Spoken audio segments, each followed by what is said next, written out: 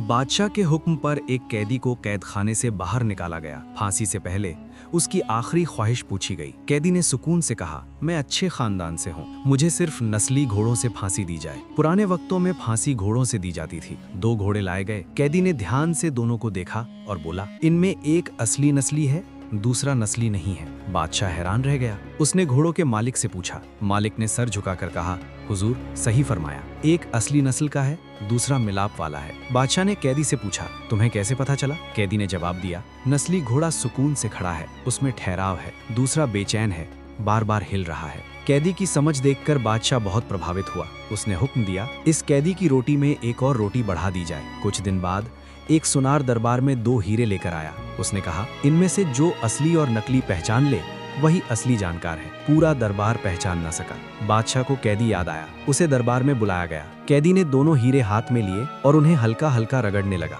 थोड़ी देर बाद उसने कहा, ये असली है और ये नकली। सुनार ने जांच कर कहा, हुजूर ये सही कह रहा है। दरबार में सब हैरान रह गए। बादशाह ने पूछा, तुमने कैसे पहचाना? कैदी ने कहा, असली हीरा रगड़ने से गर्म नहीं होता, नकली जल्दी गर्म हो जाता है। बादशाह फिर खुश हुआ। उसने कहा, तुम्हारी समझ के बदले तुम्हारी रोटी में एक और इजाफा किया जाता है। दूसरी रोटी बढ़ते ही कैदी गुस्से में बोला, बादशाह भी किसी लंगड़े का बेटा है। सिपाहियों ने ये बात सुन ली और तुरंत बादशाह को खबर दी। बादशाह गुस्से से भर गया। उसने कैदी को दरबार में हाजिर होने का हुक्म दिया। कैदी आया तो बादशाह ने सख्त आवाज में पूछा, तुमने ये गुस्ताखी कैसे की? कैदी ने शांत रहकर कहा, आप अपने बुजुर्गों से पूछ लीजिए। बादशाह ने सल्तनत के सबसे बूढ़े आदमी को बुलवाया। बूढ़े ने कहा, मैं आपके खानदान की पूरी कहानी जानता हूँ। उसने बताया, आपके वालिद लंगड़े थे, वो एक गरीब इंसान थे जो राया की सेवा करते थे। पहले बादशाह ने ऐलान किया था कि जो राया को भूख से बचाएगा वही नया बादशाह बनेगा। आपके वालिद ने ये काम किया और बादशाह बने। ये सुनकर बादशाह चुप हो गया। फिर उसने कैदी से पूछा, तुम्हें कैसे पता चला कि मैं लंगड़े का बेटा हूँ? कैदी ने जवाब दिया, आपकी हरकतों से। आपने मेरी समझ का इनाम हीरे जवाहरात या आज़ादी से नहीं दिया, सिर्फ रोटियां बढ़ाई।